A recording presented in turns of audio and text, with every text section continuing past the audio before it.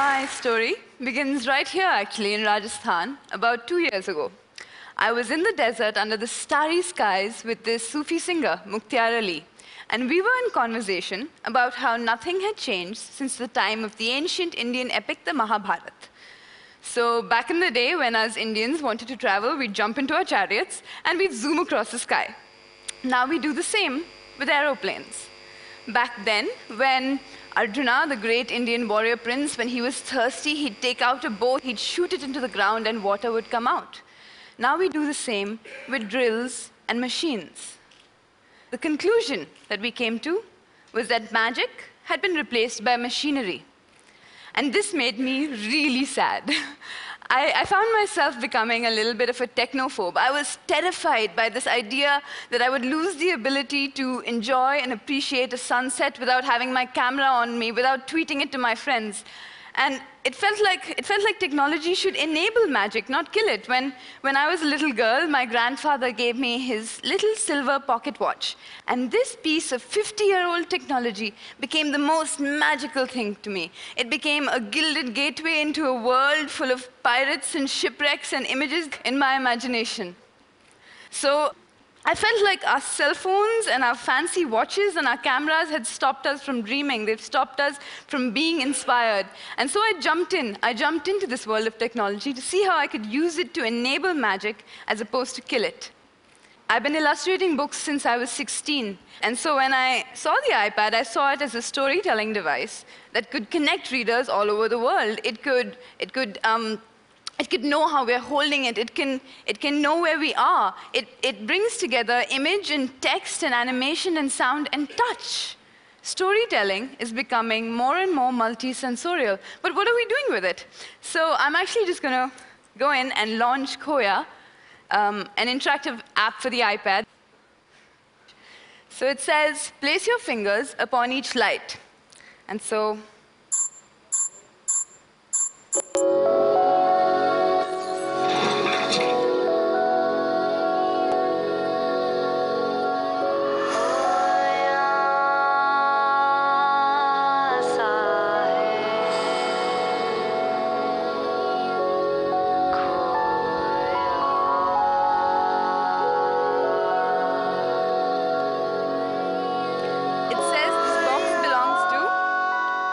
I type in my name and actually become a character in the book. At various points, a little letter drops down to me, and the iPad knows where you live because of GPS. So it's actually addressed to me. The child in me is really excited by these kind of possibilities. Now, I've been talking a lot about magic.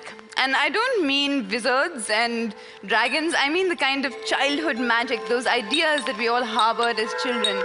This idea of fireflies in a jar, for some reason, was always really exciting to me. And so over here, you need to tilt your iPad, take the fireflies out, and they actually illuminate your way through the rest of the book. Another idea that really fascinated me as a child was that an entire galaxy could be contained within a single marble. And so over here, each book and each world becomes into a little marble that I drag in to this magical device within the device, and it opens up a map. All along, all fantasy books have always had maps, but these maps have been static. This is a map that grows and glows and becomes your navigation for the rest of the book. It reveals itself to you at certain points in the book as well. So I'm just going to enter in. Another thing that's actually really important to me is creating content that is Indian and yet very contemporary. Over here, these are the Apsaras. So we've all heard about fairies and we've all heard about nymphs, but how many people outside of India know about their Indian counterparts, the Apsaras? These poor Apsaras have been trapped inside Indra's chambers for thousands of years in an old and musty book. And so we're bringing them back in a contemporary story for children.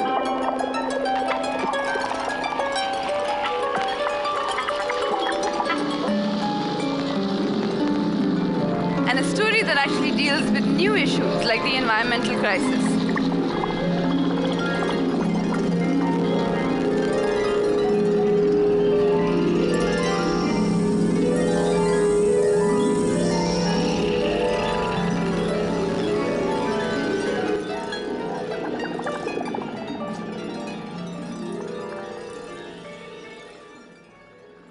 Speaking of the environmental crisis, I think a big problem has been in the last 10 years is that children have been locked inside their rooms, glued to their PCs, they haven't been able to get out.